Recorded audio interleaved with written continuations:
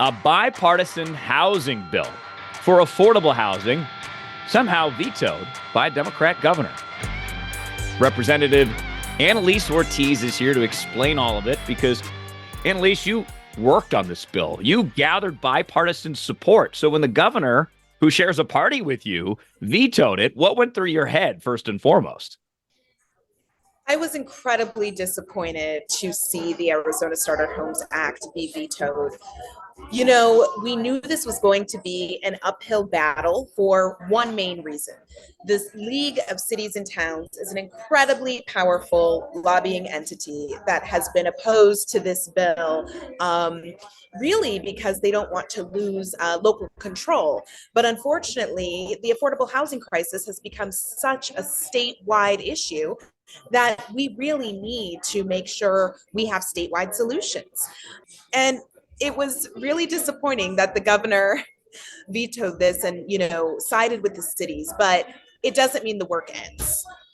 So we'll get back to that because I do think this is very important because it seems like there's a bunch of miscommunication here, right, between everything going on. So let's talk about this problem and zoom out because Arizona, we've had a lot of people come into the state, has driven home prices up. I went to a rally, re-election rally that you held, and I talked to one older woman who said that the home value for her has made her property taxes unaffordable because the property taxes have gone up. So that's just one instance.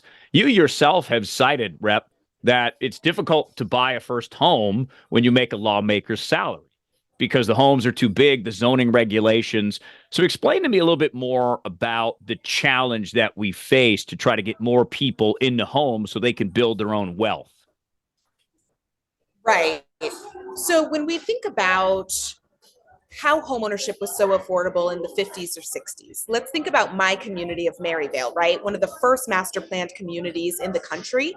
And it was a place where many veterans returning home from war were able to find their first home and generate wealth at an affordable price. And one of the main reasons for this is because we were creating smaller starter homes on smaller lots without any kind of certain requirements. Like, for example, right now, cities require you must have a garage. But if you go and look at a lot of the homes in Maryvale built in the 50s and 60s, they have carports because that wasn't an issue back then. And when you cut the cost of construction, you cut the cost of the home.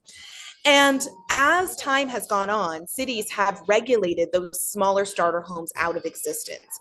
They have put in place onerous regulations that have nothing to do with health or safety. Things like you must have a certain lot size, you must have a garage, you must have a certain kind of tile on your roof. And all the Arizona Starter Homes Act was trying to do was to say, let's go back to the level of regulations in the 50s and 60s that worked for our parents and grandparents. Let's get the government out of the way and allow people to build the homes that fit their family size and their budget. Well, it's interesting, too, because you're a Democrat, you're a progressive lawmaker, and you're admitting that the government is in the way so that people can get into their homes. It's just fascinating, right? Because from the 50s and 60s, if one regulation's added and another, and who knows how many regulations in the last 60 or 70 years have stacked up to make that first home, because of all those things, the price just jacks up. So you work with a bipartisan coalition. So take me through that process of how you built really support for this on both sides of the aisle, Democrats and Republicans coming together. Right. Well, because we don't have the housing supply that we really need to meet the demand of people who move here, we are seeing costs increase. And these zoning regulations are a huge reason why development isn't fast enough to meet the demand. And I think when you talk about basic supply and demand economics, Republicans and Democrats can get behind that, right? We all went to school. We know that it is a basic tenet of our economy. And right now, our housing supply is way out of whack with the demand. So we, for the past 2 years, have been able to come to that bipartisan consensus of we need to build more housing.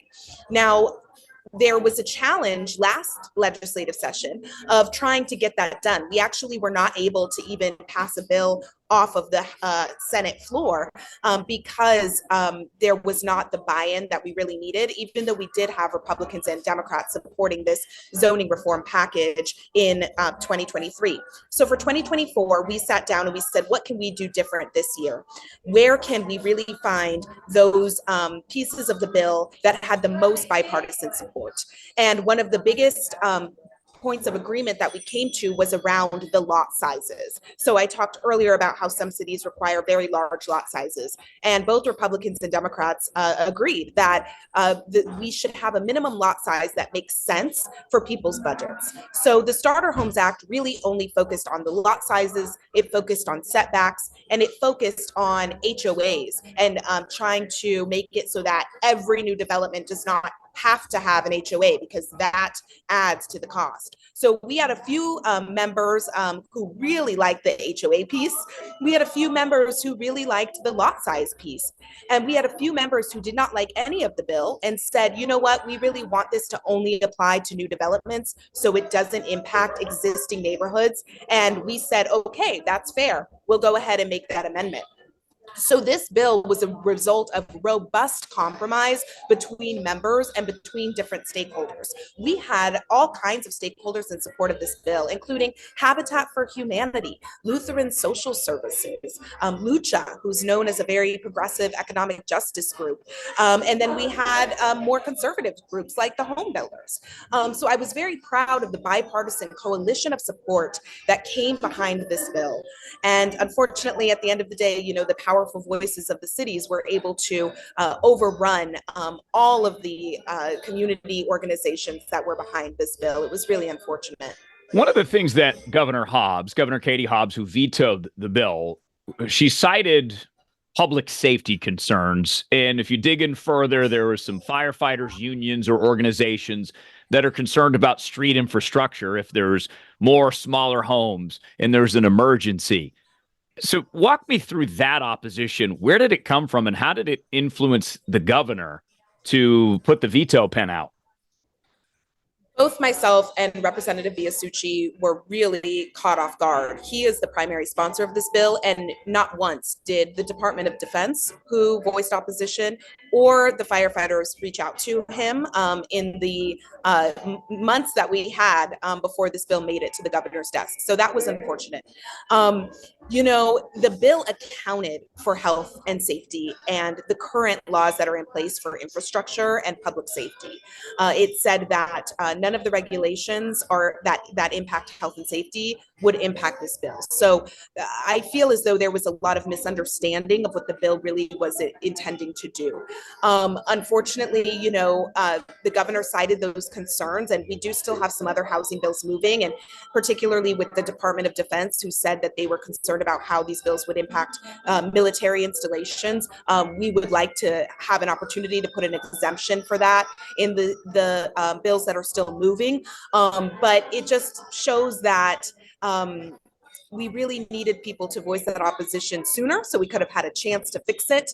And to me, I wish that the governor would have gone ahead and signed it and we could have resolved some of those other concerns in future legislative sessions, because this crisis is just so urgent. We need solutions now.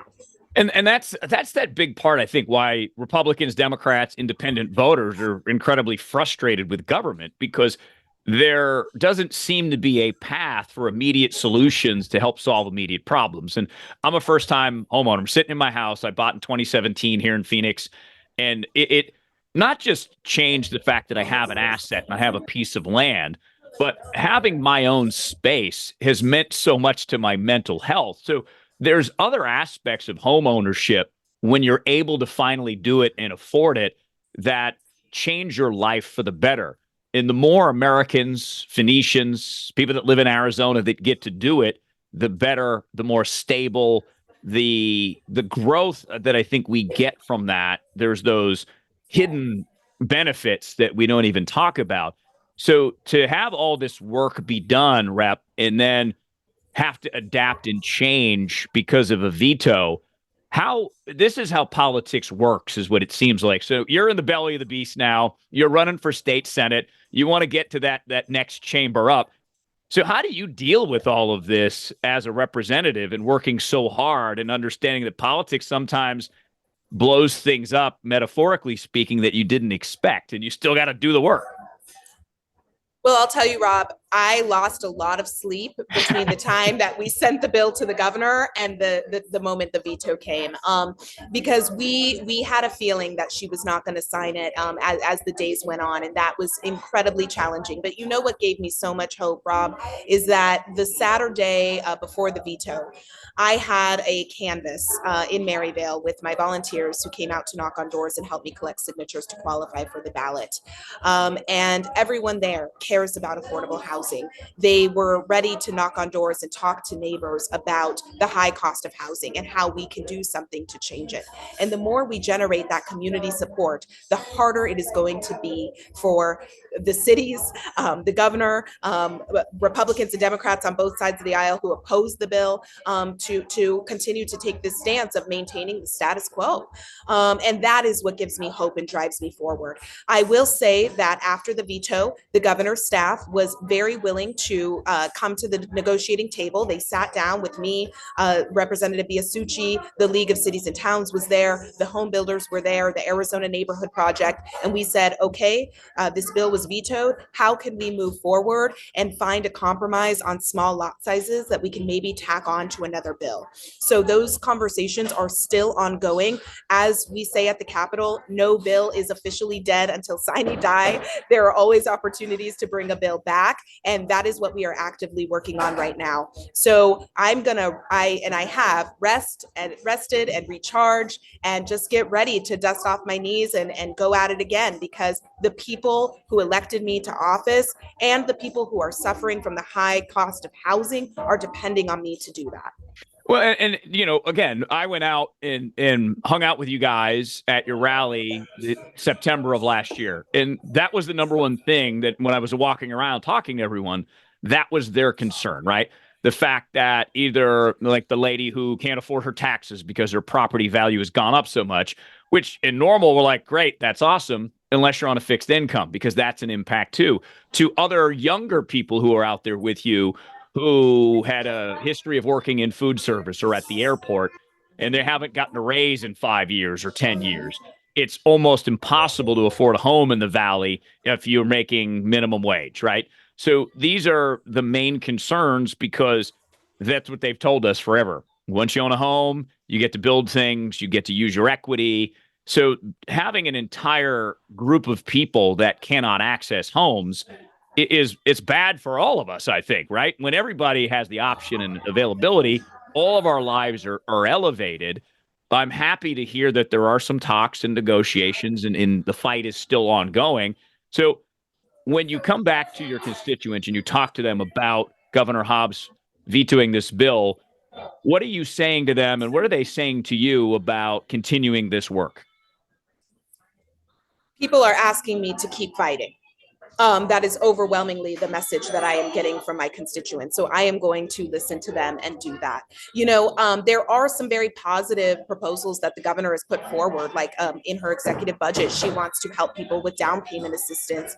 She has expressed support for the concept of backyard casitas and the state's low-income housing tax credit program.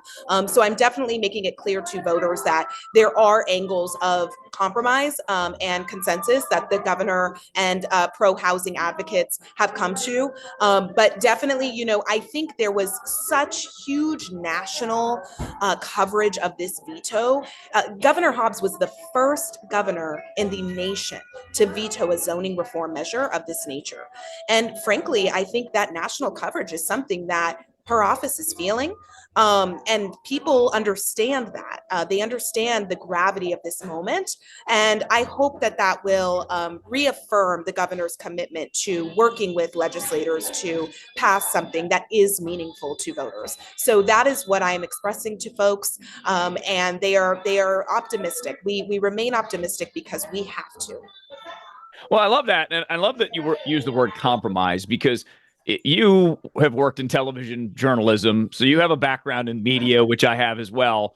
in the media is framing America right now as a place that there is no compromise, that progressives and Democrats hate Republicans and conservatives and Republicans hate Democrats and progressives. But you're proving here that beneath the conversation the media is having, there actually is real work being done. And I think that that is worth highlighting, Rep, because that gives me optimism that the system isn't completely broken yet, that there's movement, that things can get done that can benefit everybody. That's exactly right. And it's, the day to day at the Capitol, I think the average person would be surprised to see how much consensus there really is on all kinds of issues that aren't as flashy and don't get the headlines. But when it comes to housing, this is a true bipartisan issue nationwide. We have heard President Trump, former President Trump, call for zoning measures, and we've heard the Biden administration call for zoning reform measures. We've seen states as red as Montana pass zoning reform, in Florida pass zoning reform, and then we've seen more blue states like Oregon and California pass zoning reform. So to me, when I see those headlines and those trends, what I take away from it is that this is a solution that truly, truly works beyond the partisanship, beyond the divisiveness. When we just look at the plain letter of the law, this is the direction we need to be moving in. Do you feel optimistic something will get done? Governor Hobbs, Representative Analise Ortiz, Republican counterparts can come up with something by the end of this? Because again, in Arizona, we have a part-time legislature. You guys will wrap up your duties in the next month or two. Do you feel pretty good of where you're going, that something will be able to get accomplished with a governor's signature by the end of the session?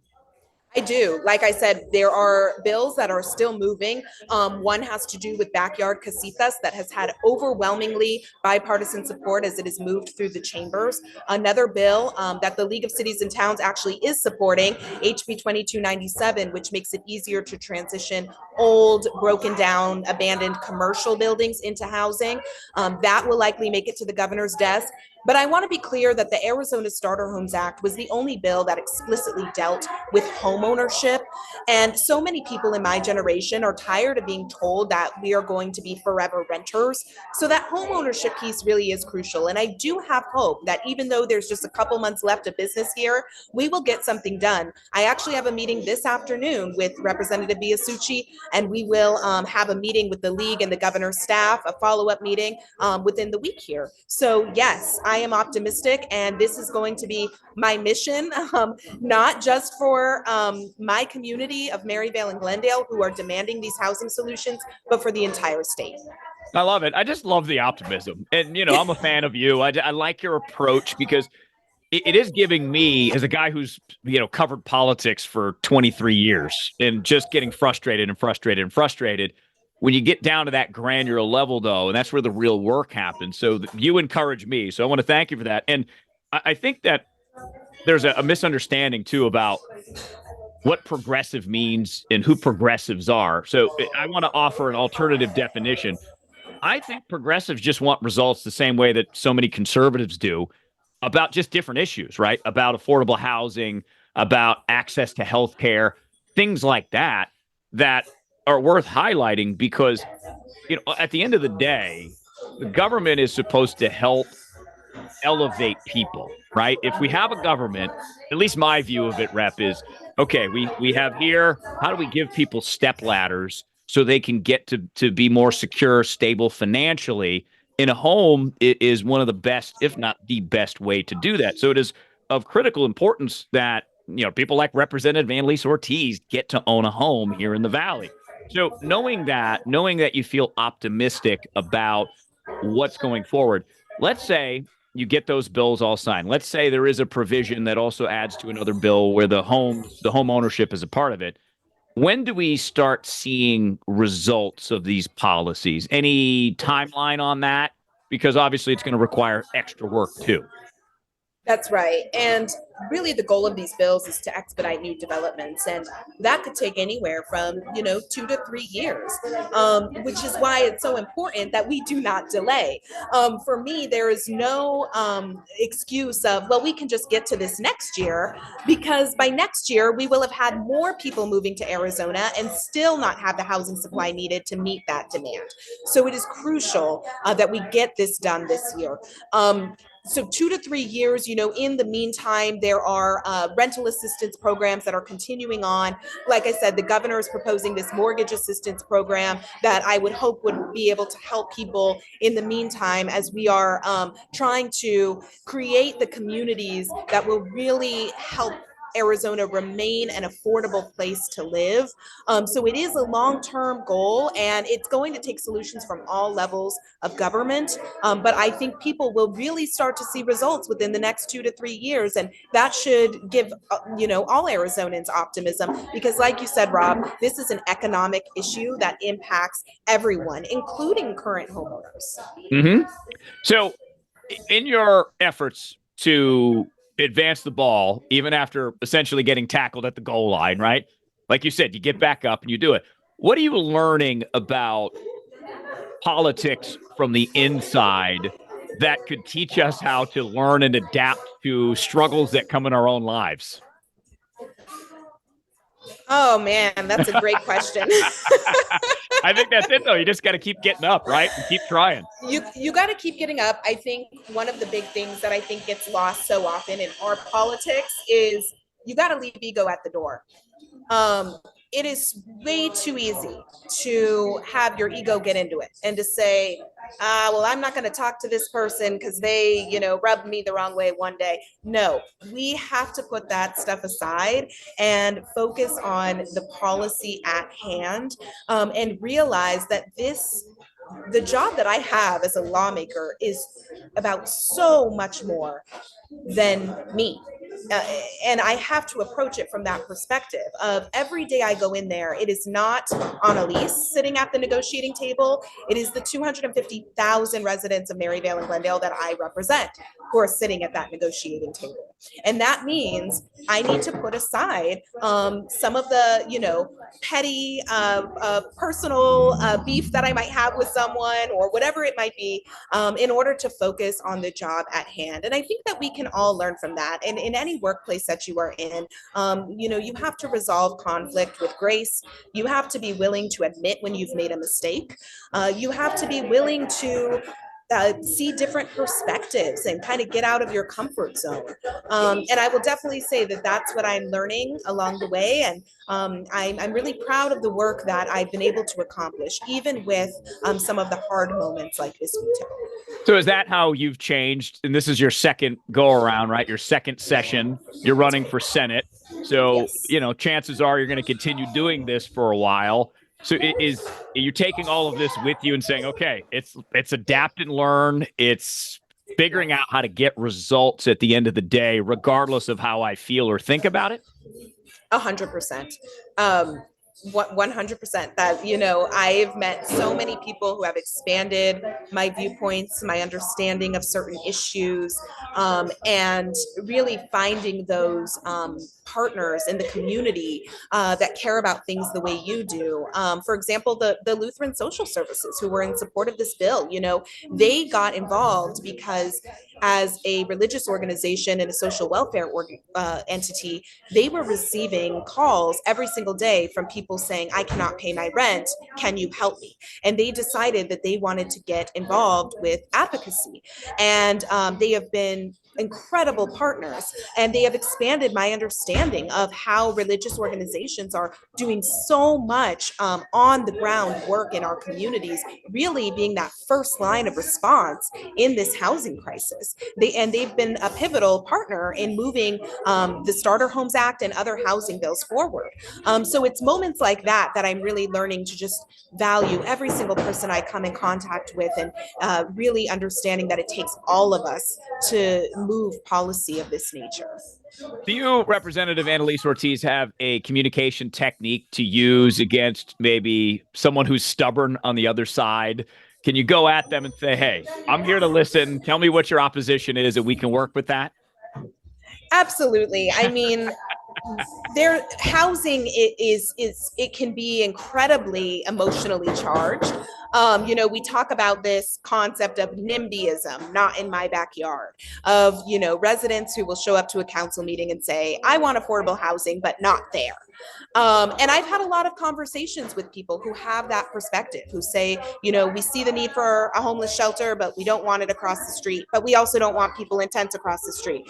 So, I think my experience as a journalist has really helped me to sit down and hear them out and understand that perspective, and then find alternative questions to ask to kind of challenge that viewpoint. Well, if we're going to be against affordable housing or against a homeless shelter, are we also going to be against the person living in the tent across the street? Because that just doesn't make sense. We can't be opposed to that, but then also opposed to that person having a roof over their head.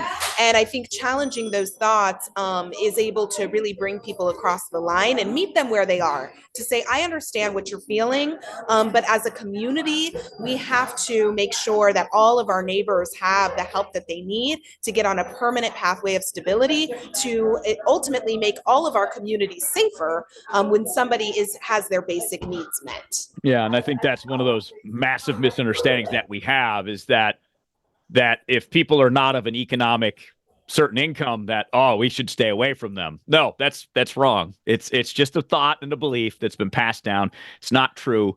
Representative Analise Ortiz can attest to that, because she represents some amazing human beings that live in Maryvale and Glendale. So, final question for you as we wrap up here.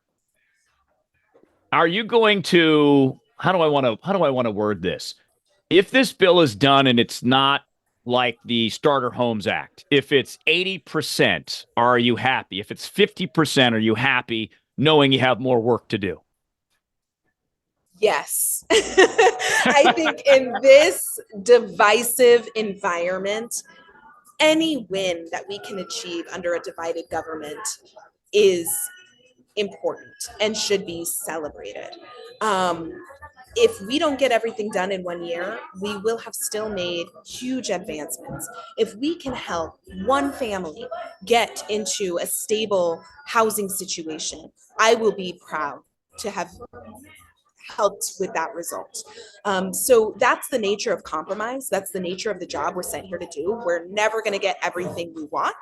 And frankly, that makes me a stronger policymaker, to be challenged in my thoughts and to have to negotiate and stretch myself to think differently about certain issues. But if we get just some of what we were trying to achieve with the Starter Homes Act, and we create more affordable, small places for people to live, and I mean small in that they're the homes that used to be attainable in Arizona, I will have been very proud of that. So the fight continues. I remain optimistic, and I'm not going to stop.